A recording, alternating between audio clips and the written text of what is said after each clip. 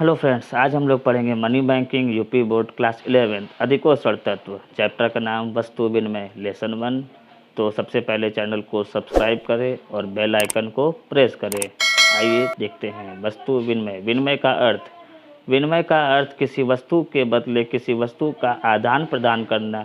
जब हम किसी वस्तु के बदले दूसरी वस्तु देते या प्राप्त करते हैं तो उसे विनिमय कहा जाता है। विनिमय का वास्तविक अर्थ होता है आदान और प्रदान, चाहे वो वस्तु हो या सेवा हो, किसी भी रूप में यह हो सकता है। विनिमय जैसे पुराने ज़माने में विनिमय का मतलब होता था कि हम लोग इतने एजुकेटेड नहीं थे या हम लोग इतने मॉडर्न नहीं थे, तो पहले के लोग वस्तुओं के बदले वस्तु देते थे। गेहूं के बदले चावल, दाल के बदले नमक वगैरह वगैरह। इसे ही कहा गया वस्तु विनिमय। वस्तु विनिमय यही है। आइए आगे देखते हैं। विनिमय के पक्षकार। विनिमय के दो पक्षकार होते हैं, देने वाला और लेने वाला। देने वाला हमेशा अपने कम आवश्यकता की वस्तुओं को देता है और लेने वाला हमेशा अपने अधिक आवश्यकता की वस्तुओं को लेता है। और विनिमय के लिए सिर्फ दो ही पक्षकार होने चाहिए, देने वाले और लेने वाले। विनिमय के लाभ। विनिमय के निम्न लाभ हैं: दोनों पक्षों को लाभ, ऐच्छिक हस्तांतरण, पारस्परिक सहयोग और दोहरा सहयोग। विनिमय में दोनों पक्षों को लाभ होता है क्योंकि हर पक्ष अपने कम आवश्यकता की वस्तु को देकर अधिक आवश्यकता की वस्तु को लेता है। विनिमय हमेशा ऐच्छिक हस्तांतरण होता है, बिना किसी दबाव। पारस्परिक सहयोग। विनिमय के लिए हमेशा पारस्परिक सहयोग होना चाहिए। पारस्परिक सहयोग का मतलब एक दूसरे के सहयोग की भावना। लास्ट है दोहरा संयोग। विनिमय में दोहरा संयोग यानी जब दो व्यक्ति मिले तभी इसे दोहरा संयोग कहा जाता है। जहां दो व्यक्ति आपस में आदान प्रदान करने के लिए मिलते हैं, इसे दोहरा संयोग कहा जाता है। ये थे विनिमय के लाभ।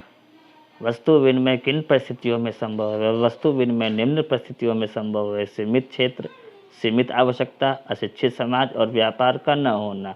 अशिक्षित समाज के लोगों का आवश्यकता हमेशा सीमित होता है, इनके क्षेत्र हमेशा सीमित होते हैं। और व्यापार नहीं थी सबसे बड़ी चीज़ की वस्तु विनिमय जब था हमारे यहाँ, तो हमारे पास व्यापार नहीं थे और हमारा जो क्षेत्र था वो सीमित था। जैसे आदिमानवों के समय का क्षेत्र सीमित था। वस्तु विनिमय के दोष: दोहरे संयोग का अभाव, असीमित क्षेत्र, मुद्रा का ज्ञान न होना, असीमित आवश्यकता और वस्तु विभाजन में कठिनाई। तो सबसे पहले असीमित क्षेत्र। जैसे जैसे क्षेत्र बढ़ता चला गया वस्तु विनिमय में कठिनाई होती गई।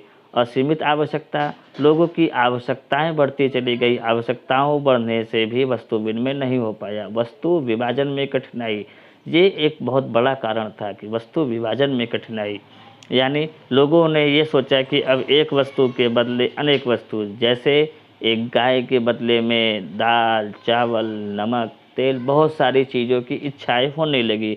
यह संभव नहीं था। क्यों? क्योंकि गाय को काट कर आदान प्रदान नहीं किया जा सकता था।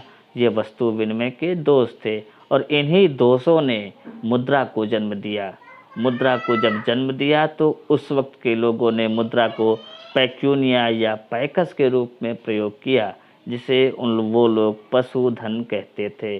पशुधन का तात्पर्य पशुओं को धन के रूप में प्रयोग करना।